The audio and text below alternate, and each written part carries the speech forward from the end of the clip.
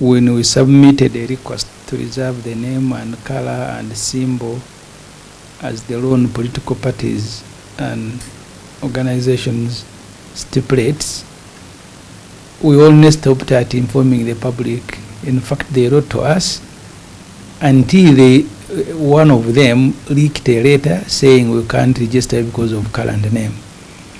So that's when what ordinarily should have been an administrative interaction now became a public debate. We made a response.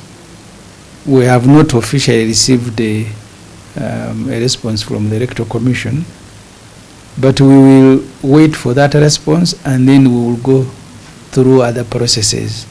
Because this reservation of a name and color and symbol is early days in the registration of a political party. In fact, the biggest task is getting endorsement from 2/3 of the districts of 50 people per district in the country.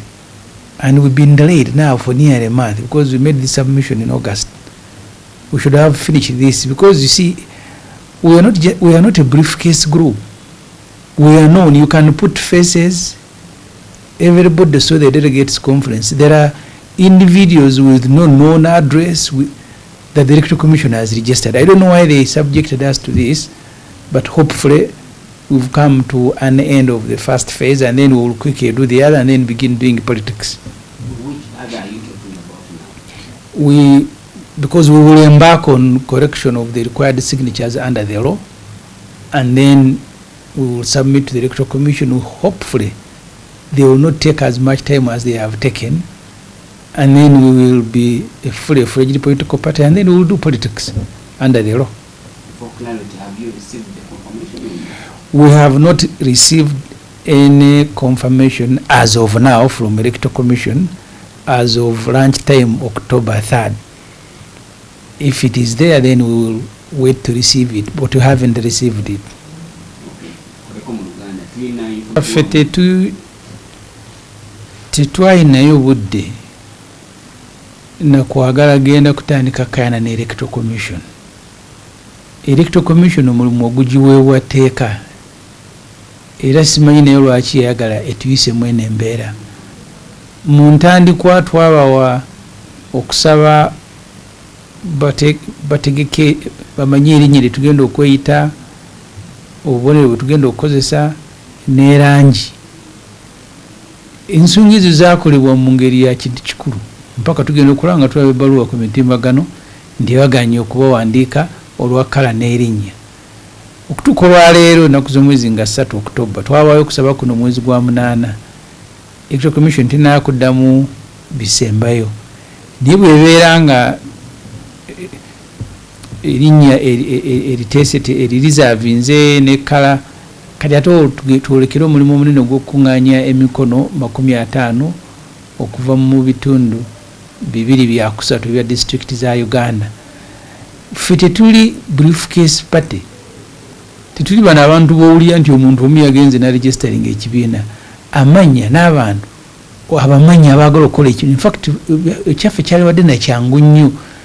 Abantu abatuuza delegates conference y'abantu 1000 ne bagala twagala kuwandiisa kibiina.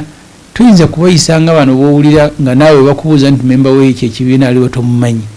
So Electoral Commission ereke kutuzibuwaza mulimu mwangu mu tteeka.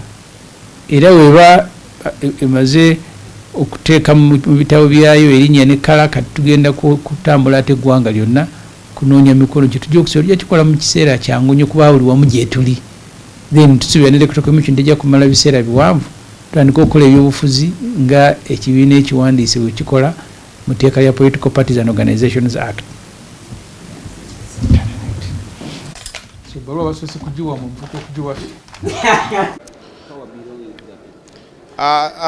People can only have power in any country where there is rule of law and respect of humanity. Equity and justice must prevail. But in a country where there is no rule of law, instead of equity there is impunity, inequality is the order of the day. We cannot register justice in a country that is not aligned to the principles of democracy. A country with dictatorship can only practice pseudo-democracy, and that is democracy by pretense. And in such a manner, we run democracy in a reciprocal way, where the minority decision surpasses the majority will. So the will of the people as majority cannot be respected in a country where people power is not where people power does not prevail. So in Uganda as of now, we don't have people power because the people in authority misuse that authority and defile the people power. So where we have the people power versus people authority, then we cannot have people power and the principles of democracy cripple. And that's the situation which Ugandans are undergoing. We can only reach that level where we have rule of law, democracy is respected and followed to the extreme, and the rule of equity and justice must prevail. Contrary to that, then we are running pseudo-democracy, and that is democracy by pretense. It's like being omuddu naki omuddu n'omuwambe tukyogera tutya. Yeah, it is like either being a slave or a captive.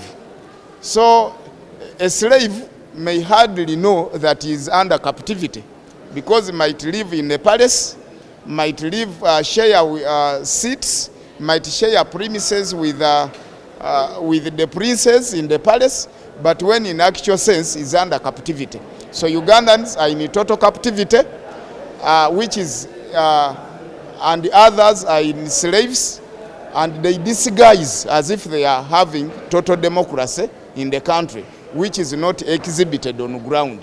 Where people elect and their powers of election, the decision of their consciousness is not respected and followed, then that is not democracy, and therefore that is not people power, and it's neither rule of law. Ekissa amaanyi n'obuyinza mu mikono gy'abantu bubeera bukulembeze obussa ekitiibwa mu bukulembeze obw'amateeka obwa demokrasiya n'obuntu bulamu. So eggwanga nga teririna bukulembeze bwa buntu bulamu, bukulembeze bwa nnono za demokrasiya, bukulembeze obukulembera amateeka, bukulembeze obussa ekitiibwa mu mateeka, rule of law, awo people power tuba tetugirina. Era bannayuganda tulina obuyinza naye amaanyi bagatunyagako, era amaanyi ago gali mu kabonda ak'abantu abatono, kubanga mu demokrasi ow'ekimpatiira pseudo democracy, ennono za demokrasiya ziba ziddukanyizibwa kifuula nnenge. Demokrasi omutuufu bubeera bukulembeze obw'abantu abangi nga busalirawo abantu abatono, naye mu demokrasi ow'ekimpatiira akakundi k'abantu abatini kaba kasalirawo ogukundi gw'abantu abanene. It is rule of people, by the people, for the people, majority against minority. Naye mu democracy ow'ekimpatiira pseudo democracy ebeera minority against majority. Era ekyo kyekimu ku disadvantages ekyo kyekimu ku miganyulo emikyamu egya democracy, kubanga aleetera akakundi akatono okusalirawo abangi. Majority takes decision against minority takes decision against majority.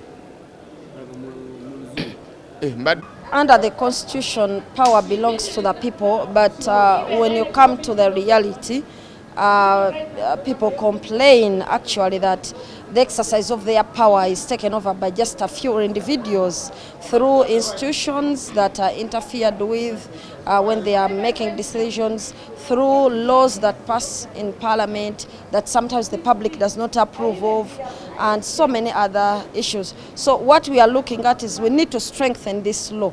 We need to see that Article 1 is given or is actualized. And that is why in most cases we implore people to also exercise Article 3 of the Constitution to fight for their rights, to ensure that they can exercise their power. And it is the responsibility of every Ugandan, wherever you are, to ensure that you exercise your power. You speak up. You hold your leaders accountable. You have a say on the laws that are being debated in Parliament, and you hold your leaders accountable, as I've already said. Musemateeka bw'abantu naye tulabye ebiseera bingi nga bannayuganda obuyinza bwabwe bubawambiddwako nga buyita mu kukozesa ebitongole ebirina okuba nga bibaweereza n'okwogera amaloboozi gaabwe ate nga byogera amaloboozi ag'abantu abatono ennyo ababatumye okubakolera. Ekyokubiri tukirabidde mu mateeka olumu agayitira mu Parliament bannayuganda nga bagakayanyiza tebandyagadde gayite naye ne gamaliza nga gayise. Tukirabidde mu lumu mu asapinga will of the people abantu nabanga boogera ekintu kirala naye ne kibanga ekikoleddwa kirala. So ekyo kyennyini kyetubadde twongeramu amaanyi nga tugamba bannayuganda nti kitwala obuvunaanyizibwa bw'abannayuganda bonna okwogera okuraisinga amaloboozi gaabwe ku ekyo ekitabasanyusa, okuholdinga abakulembeze baabwe accountable, okubabuuza nti gwe kino wakironze otya, wano we twakutumye kino wayogedde otya. So bannayuganda ffenna tulina okwenyigira mu kulwanirira obuyinza bwaffe n'amaanyi gaffe nga bannayuganda, tuleme okukirekera just abakulembeze abatono ba institutions ezikolera olumu abantu abatono nga baziyingiridde.